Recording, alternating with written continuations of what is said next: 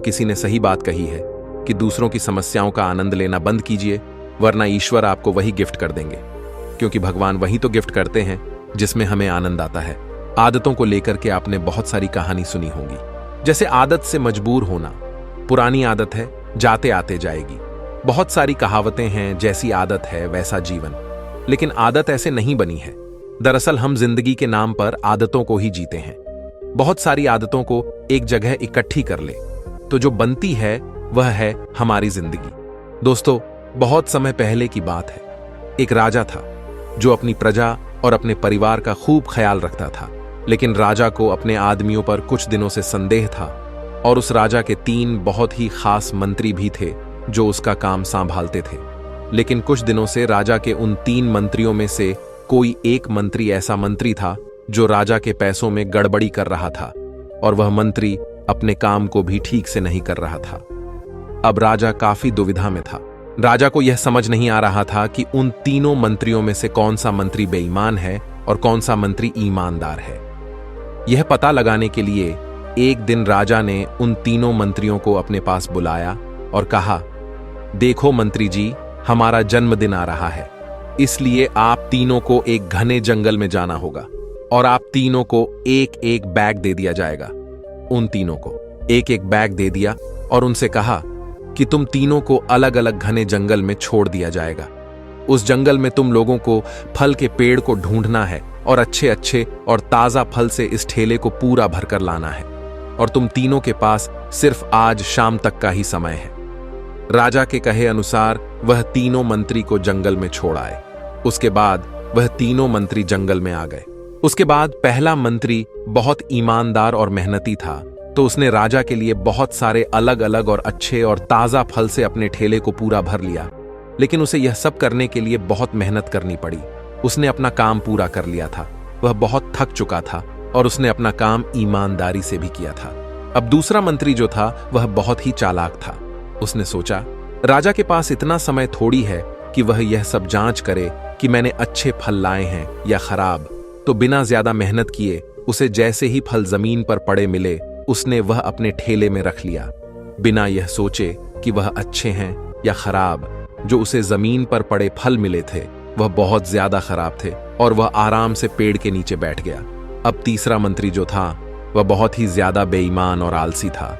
उसने सोचा कि राजा सिर्फ ठेले की लंबाई और वजन ही देखेगा, यह नहीं देखेगा कि उस ढेले के अंदर क्या है और कितनी अच्छी और खराब चीजें हैं। तो उस तीसरे मंत्री ने बिना कुछ सोचे समझे अपने ठेले को सूखे पत्तों और कुछ छोटे छोटे पत्थरों से अपने ठेले को भर लिया, और वह भी पेड़ के नीचे बैठ गया और शाम होने का इंतजार करने लगा।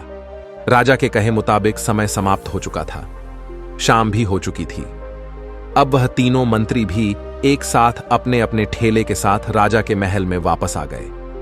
राजा ने देखा कि वह तीनों मंत्री जंगल से वापस आ गए हैं, तो राजा ने उन तीनों मंत्रियों के ठेलों को खोलकर देखा नहीं कि उसके अंदर क्या क्या है, और उसने उन तीनों मंत्रियों को अलग अलग जेल में 1 महीने के लिए कैद कर दिया। राजा ने सिपाहियों को यह आदेश दिया कि इन तीनों को 1 महीने तक खाना नहीं दिया जाएगा, और यह तीनों भी 1 महीने तक वही फल खाएंगे जो इन तीनों ने जंगल से अपने ठेले में भरकर लाए हैं। और उन तीनों मंत्री को राजा ने जेल में कैद कर दिया। तो जो पहला मंत्री था जिसने अपने ठेले में अच्छे और ताजा अलग अलग फल अपने ठेले में जमा किए थे, उसने जेल में 1 महीना आराम से गुजार लिए, अच्छे फल खाते हुए जो उसने खुद जमा किया था। उसके बाद जो दूसरा मंत्री था जिसने बेकार और खराब फल अपने ठेले में रखे थे, उसे वही बेकार और खराब फल 1 महीने तक खाने पड़े, और वह उस जेल में ज्यादा दिनों तक टिक नहीं पाया, और बाद में वह खराब फल खाने की वजह से बीमार पड़ गया और उसकी तबीयत खराब हो गई। अब जो तीसरा मंत्री था जो बहुत ही बेईमान और आलसी था, जिसने अपने ठेले में सिर्फ सूखे पत्ते और कुछ छोटे छोटे पत्थर भरे थे, क्योंकि उसके ठेले में खाने के लिए कुछ सूखे पत्ते और कुछ छोटे छोटे पत्थर ही थे, तो वह 1 महीने के लिए क्या खाता।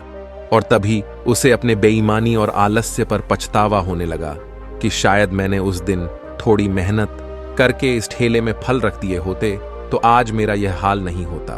और वह बिना कुछ खाए वह मंत्री जेल में 2 दिन के बाद ही जेल के अंदर ही भूख के कारण मर गया।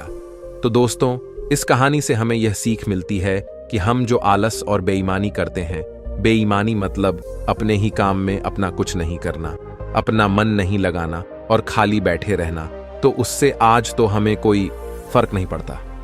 आज तो हम अपने काम में आलस करके आराम कर लेते हैं, लेकिन कल भविष्य में कुछ दिन के बाद हमें उस पर पछतावा होता है। आपने बहुत से लोगों को यह कहते हुए सुना होगा कि काश उस समय पर मैं ऐसा कर लेता तो आज उस इंसान की जगह मैं होता। लेकिन उस समय पर उन लोगों ने आलस को अपनाया था, इसीलिए वह आज वही के वही है। और जिसने मेहनत को अपनाया था वह इंसान अपनी मंजिल में आगे बढ़ गया। तो अपने काम के साथ बेईमानी और आलस्य बिल्कुल भी मत करो, उसके बाद तो हमें पछतावे के अलावा और कुछ भी नहीं मिलता। यह जो समय है ना, इसकी कीमत कोई नहीं लगा सकता है। हम लाखों रुपए देकर भी अपनी जिंदगी का 1 मिनट भी वापस नहीं ला सकते। इसीलिए इस समय का सही उपयोग करो। समय की एक अच्छी बात है और एक बुरी बात है। अच्छी बात यह है कि हम उसे किन चीजों में गुजारते हैं, यह हमारे हाथ में होता है। और बुरी बात यह है कि समय गुजर जाता है और सभी के पास दिन में 24 घंटे होते हैं, गरीब के पास भी और अमीर के पास भी। बस ये हमारे हाथ में है कि हम उस समय से क्या नया कर सकते हैं। तो अपने एक एक पल का हिसाब रखो कि हम उन्हें किन चीजों में गुजार रहे हैं। दोस्तों, यह कहानी आपको कैसी लगी? मैं उम्मीद करता हूं कि यह कहानी सुनने से आपके जीवन में अच्छे बदलाव आएंगे। आपको इस वीडियो से क्या सीखने मिला, ये कमेंट करके जरूर बताएं और अपने परिवार, दोस्तों या आपने करीबी इंसान के साथ ये कहानी शेयर करके उन्हें भी इस ज्ञान से परिचित करवाएं। बाकी अगर आपको ये वीडियो दिल से अच्छी लगी हो तो इस वीडियो को लाइक कर दीजिए और आपने अब तक इस चैनल को सब्सक्राइब नहीं किया हो तो चैनल को सब्सक्राइब भी जरूर कर लीजिए। आपका हर दिन शुभ हो और खुशियों से आपका जीवन भरा रहे। धन्यवाद। नमो बुद्धाय।